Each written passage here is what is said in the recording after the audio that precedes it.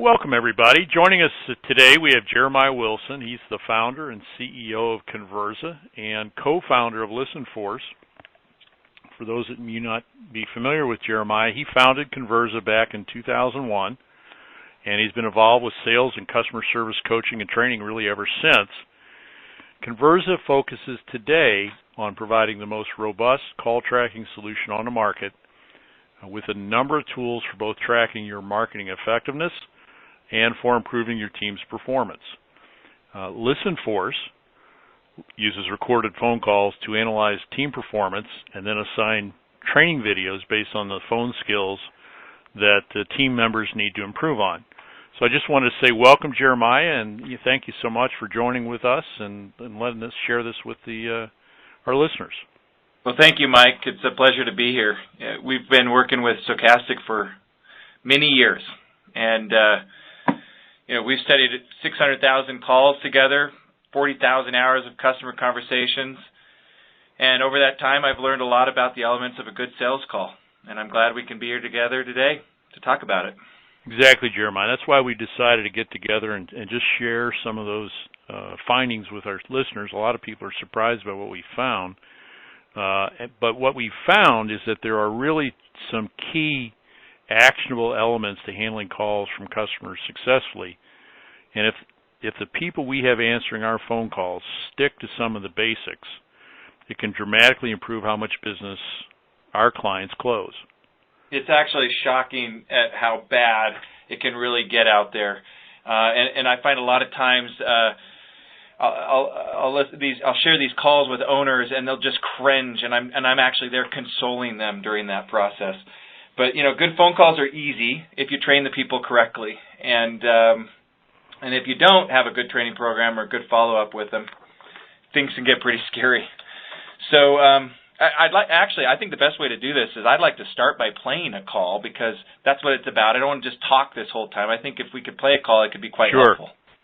Sure, please. All right, please. Let's try it, and then I'll pick it apart. We'll start off with that. Mini splits isn't cooling. I want to see if you have anybody available today. I don't. It's going to be tomorrow or Thursday. I have a couple of days out. That's how many calls I have. I mean, I can put you on the list. As of today, I have nothing. All right. You have people that are working tomorrow? I have a man on call tomorrow for emergencies. We have guests coming tomorrow night, and we just turned. What is your name, sir? Steve. And the address? All right, we have the $89 fee to come out. They do call and give 30 minutes notice. I appreciate it, and we'll look forward to having you here. Thank you. All right, bye-bye. All right, so that's one of those calls you may want to rewind this and listen to again to get a good sense for it. But and we clip out some of the key information so you can't hear who the customer is or what the address is. So that's why you heard it chop up there a little bit. But one of the key things I think is important to listen to on the call is how inviting was she? How ready was she to take care of that customer? Did it sound to you at the beginning of the call that she was anxious, excited he was calling? Let's not even go so far as to say excited.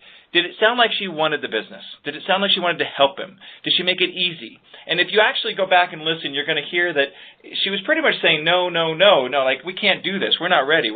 This is not something we want to do. And then you heard him come back and say, I really need this. And then she finally says, okay, it's going to be $89. I'll find a way to get somebody out there. And she got that information. But when you just think about the tone, the attitude, the greeting, just the basic communication skills, it was pretty much, I don't want to do business with you, but okay, I will because you really need it. And I know that may sound like we just dug through, all 600,000 calls we've done and listened to, and we found the absolute worst one we can. I assure you, it's not the worst one. And the reality is, it happens more often than you'd like to believe. And unless you are actively training your team right now to not do that, they are probably doing that more often than you'd want to hear. The average sale of our HVAC partners and contractors is about $2,800 each. So if you were one of their customers and you were about to spend that kind of money, wouldn't you be more likely to hire a company that at least remembers to use your name? Well, absolutely. And, the name is the most powerful thing. You can't call your customer by name unless you know who they are. Calling their name triggers these synapses in their brain that take them back to their childhood. It allows you to connect with them. It allows you to be able to show them that you care. But as important as the tone, when you think about the call we just heard, or getting the customer's name and using it, as important as all that is, there is still something that is significantly more important to getting that sale booked. And if your people just do that one thing, it will have a bigger impact on your ability to close a sale than anything else they can do. All right, before you tell them what that one thing is, why don't we talk about the impact to revenue that can be created by converting more sales? Well, that's right. So what you're saying a minute ago, that your HVAC partners averaged about $2,800 per sale, tell them about the close ratios you've seen from some of your top dealers.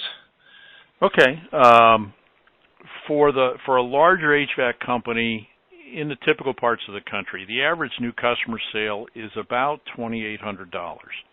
And that includes a mix of $300 service calls, and if you're lucky, a $7,000 replacement system, maybe even more than that in like California and some of the more higher cost areas. But for our purposes, $2,800 is a pretty good average new customer value for an HVAC contractor. For plumbers, that's more like $900 from what we see of the numbers that we're watching. And for HVAC and plumbing contractors, about 50% of their calls are legitimate new business opportunities. So, if you're only counting new business opportunity calls, most contractors, HVAC and plumbing, book about 60% of those calls. But it is completely doable for most of our dealers or contractors to increase their close ratio by at least 10%. Close ratios of 80, even 90% of new opportunity calls are completely doable. Well, we know that because we have dealers using our program who are currently seeing those kinds of close ratios in the HVAC space. Right. And your tools make it real easy to drill down to that level of detail. But for our listeners, which range from people that have $1 million contractors to $70 million contractors, think about their annual sales from phone calls are today. Many of our contractors are right around that $2 million a year size, and all that $2 million really starts with a phone call. So if they're closing 50% of their calls and could increase that by 10% to a 60% close rate or booking rate, that means they could increase their sales by $400,000 a year without spending a penny more on advertising. So kind of just doing that math in your head, $2 million sort of divided by 5 is $400,000 for every 10% of closed sales. So if you increase by 10%, that's an additional $400,000 a year, right? Or another way to do the math is, there's basically $40,000 for every 1 percentage point of closed sales. So if you increase that by 10 percentage points, you're still back to the $400,000 in increased sales with no increase in overhead for labor or advertising. Well, and what's interesting is those that are going to be listening to this and hearing your data are probably having success right now without necessarily applying all of those skills. And imagine what it would change to if they did apply those skills. The ROI of fixing a poor phone skill can be huge. It just makes a humongous difference in the contractor's profitability. And the investment of some training, leadership, and follow-up can produce payouts that far exceed the minimal cost of those programs. The amount you can gain from improving sales, even by a small amount each month, could be your best investment. So anyway, the more you improve, the better the return on the investment. And it's really huge. It's amazing how many dealers kind of leave this money on the table when it's pretty easy to implement a successful program to improve your phone skills.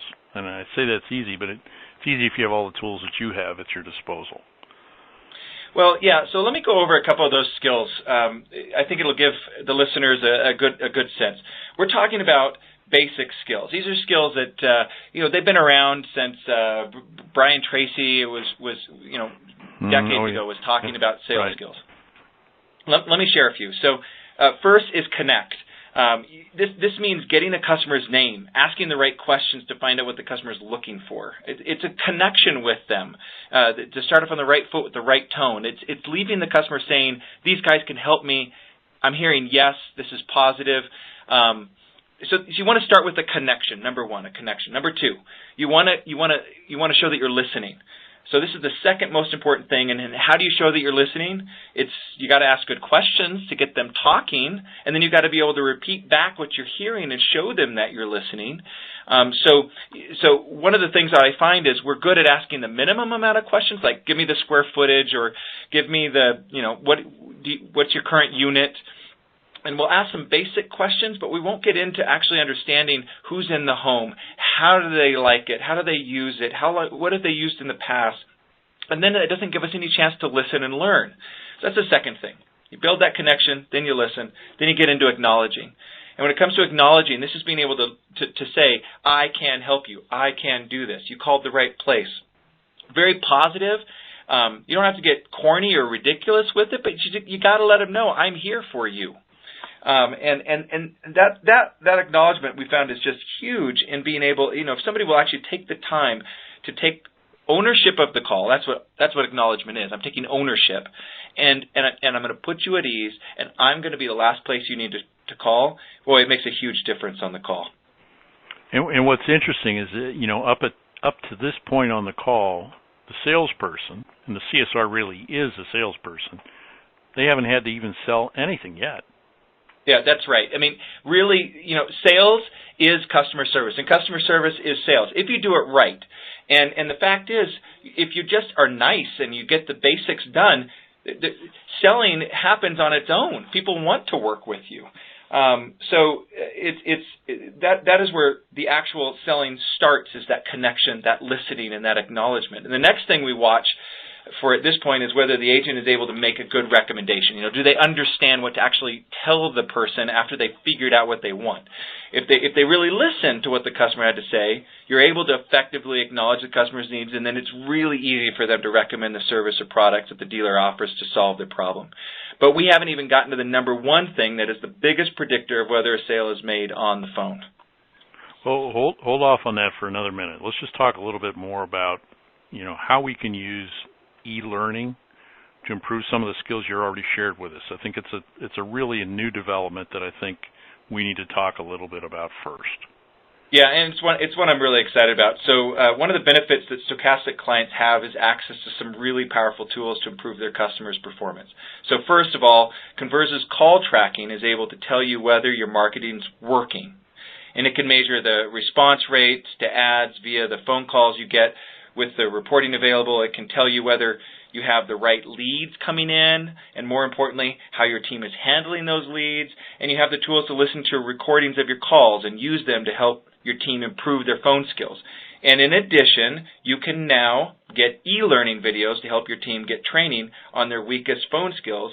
And that can be delivered automatically each month based on what we're hearing on the phone. So the computer will hear this performance, and it will recommend these videos that are tailor-made for your industry and tailor-made for that particular person who was on the phone. We heard you were weak in this area. Here's the learning you need. Go take this quiz. Make sure that this connects. So it's not just a video that I watch. It's actually a video that's tailored to my specific need. Well, Jeremiah, wait a minute. We have a question that just came in from one of the listeners that I think we can take a few minutes to kind of address and attack right now. Brad from Fresno asks, what does it take to set up a phone skills training program for my business? Could you maybe just kind of take a few minutes to address what a good phone skills training program looks like and just how to get it started? Yeah, absolutely. So, Brad, that's a great question. Basically, anyone can establish an effective training program to teach their team these skills. These steps are really, they're not that hard, but you need to have commitment to put it all together. You start by teaching the team how to answer a phone correctly. You have to establish some best practices with them and hold them to it. I've spoken with Mike before that most HVAC dealers expect their people to show up to work on time and to wear the company's uniform. It's just an expectation you have. And these are fine things, but when it comes to phone skills, the thing that can actually have a huge ROI for the business, and they don't actually see if you're there on time, and they don't actually see what you're wearing, but they can hear you on the phone, they don't really hold anyone accountable to that skill. We accept mediocrity often in the industry and not really paying attention to how the phone's being answered. So the first thing you have to do is establish some rules about how they have to perform on the phone and then hold them to it, which can be easier said than done unless you have the right skills training modules set up and ready to go. So these phone skills need to address these things such as connecting with the client, listening to the customer, acknowledging what they're saying, making recommendations, and then booking the appointment. So those are the 5 things you want to make sure that your training includes. And these are the basics, but there are a lot of nuances there. Like a good program will also record those phone calls, so you have a way to objectively listen to how the team is performing and review some of these calls with your agents. This is the accountability. I didn't just train you, but now I'm going to hold you accountable by actually hearing how you do after I trained you and then tweaking it. This is the coach on the field saying, I taught you in practice how to do this. Now you're actually going to do it, and now I'm going to watch you and give you feedback, right? And you need to be able to review, analyze, and score their phone calls so you can review their performance both individually and in an aggregate to see what's really happening on the phone at your business. Then you need to have an effective training program, and these need to cover all the skills they need, and it needs to have a way to refresh them and hold them accountable on the skills they aren't doing well with. And once you finish this, you start all over and do it again the next month and the next and the next. It's that consistency. I can't tell you how many times I've been in this environment with a team and they're just waiting for the next program, the next flavor of the month to end. When is my boss going to give up? Or when is this going to go away? And so they don't ever feel like they have to fully dedicate themselves to it. That consistency is the secret sauce. You commit as an owner, I'm not giving up on this. I know these work. I'm going to stick with it. I'm going to do it every day the same way that if that person showed up late to work or didn't come in the right dress uniform, I would have a talk with them. I'm going to have a talk with them if they're not doing these skills.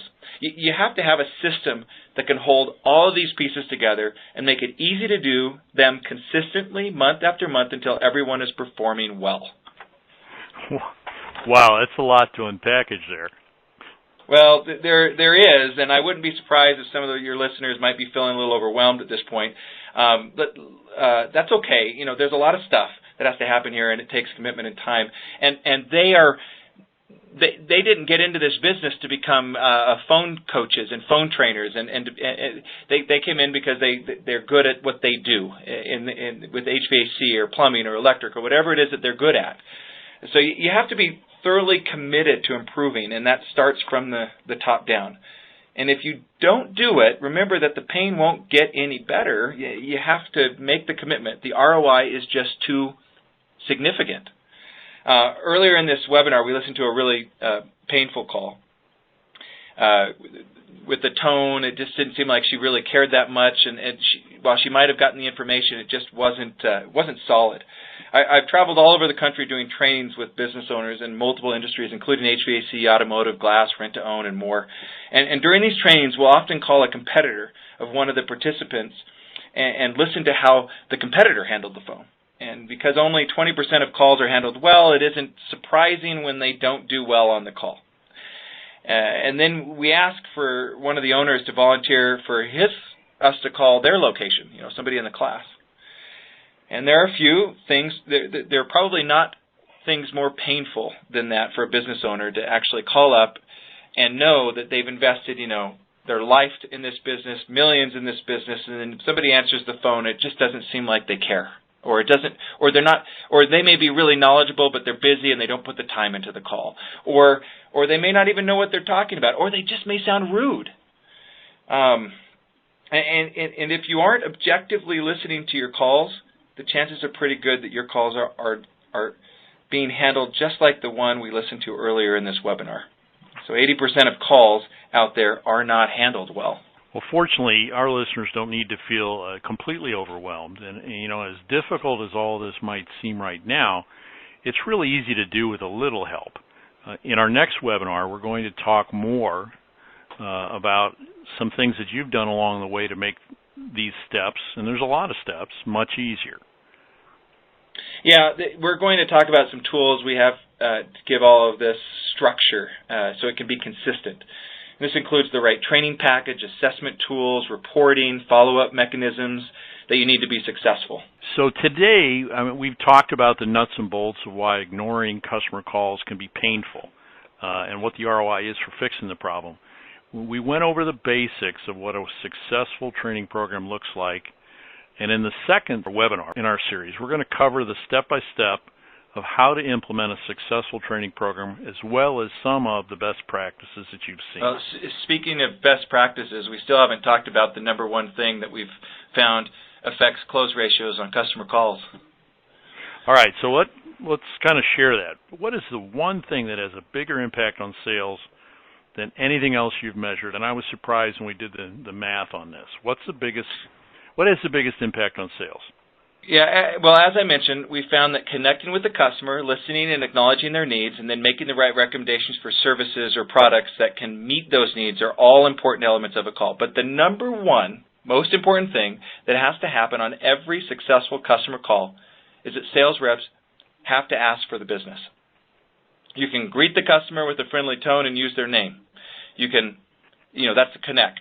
You can listen to them and restate what they've said. That's listening. That's acknowledging. You can tell them all about the great products and services you sell. That's recommending. But if you don't ask them to buy, if you don't ask them to set up an appointment, to come in, or for your team to meet them, if you've never asked them to commit to being your customer, the chances that they will end up buying from you are very low. And in the call that we heard early on, the customer wanted it so badly that they pushed us, even though that was hard for us to, we weren't set up for it or weren't ready for it. And so sometimes that happens, and I found that that's why people are in business, is because the customer needs help and they don't want to always call everywhere. But the customers are getting more savvy and they are calling around and they're price shopping. And you've got to make them stop price shopping and own that and make it easy for them to do business with you. And you'd be amazed at how many businesses fail to do this one thing that has the single biggest impact on their bottom line. And it's just amazing that something so simple can have such a huge impact on the bottom line for a business. And as we talked before, I talk to contractors all the time who are satisfied with booking ratios as low as 60%, and that's pretty much the average. Even as low as 50% of the time, they're satisfied with that ratio. And if they honestly measure performance, right, 50% is about what they actually often hit. But we both know that we've seen many of our customers who are closing 70, 80%, and even 90% of the sales opportunity calls. And the money that others are leaving on the table is just astounding. And the number one reason that they aren't making the money they could is just because they simply just aren't asking for a date, if you will. Yeah, it's incredible, Mike. It really is. But before we end, what do you want to tell them about the giveaway that you're going to offer in the next webinar? All right. Well, I'd love to. So we'd love to have your listeners join us for the next webinar, where we're going to go into more details on how to implement a successful phone skills training program. And to make sure they come back, we're going to offer them some freebies that will help them get started. So join us then, and we'll give you some free services to get you going. Let's just say it'll be worth your time to attend. All right, great, Jeremiah. As a way to help you improve your call center performance, Jeremiah and I have something we'd like to give you as another perk for listening to our webinar series. We call it our Stop Screwing Up Your Calls Consultation Call. Now, that's probably not the most creative name for a consultation phone call, but you're not here to see how fancy I can get. You're here to make sure you get the most business you can out of every phone call that comes into your contracting business. So, if you can tolerate my blunt consultation call name, here's what I'll give you on that call. You will get the 4 simple steps that it will immediately increase your lead production by at least 10% today. The one thing your CSRs can do in 90 seconds or less to book 90% of your calls. The high-impact CSR quick reference cheat sheet. Print and post this right away so that they never forget what to say or how to say it, ever. the exact words that need to be spoken every time to make sure you get the appointment. Phrases to know if you have a customer's commitment to book or if you're about to lose the appointment. How to improve CSR confidence level in 9 phrases or less so they represent your business like it should be represented. The precise phrases that make a caller 4.4 times more likely to buy from you. Plus, as a bonus for scheduling your Stop Screwing Up Your Calls right now, you can also get a copy of our $300,000 4-year-long call center performance study where we analyzed over 600,000 calls with over 30 quintillion. Look it up, it's a big number. Combinations of call performance metrics. You will immediately get your very own copy of the entire study on call center performance, which includes all 45 measurements using our proprietary conversation analytics, how to immediately build credibility on every call, how to eliminate buyer confusion and missed opportunities, the best method to handle customer complaints, what customer objection language your CSR should be intently listening for, when silence on the phone is a good thing, when it becomes a deal killer, plus so much more. If there ever was something that was easy for you to do that would significantly improve the trajectory of your contracting business for 2019, scheduling this consultation call would be that one thing. Simply click the button here to schedule your Stop Screwing Up Your Calls consultation call now.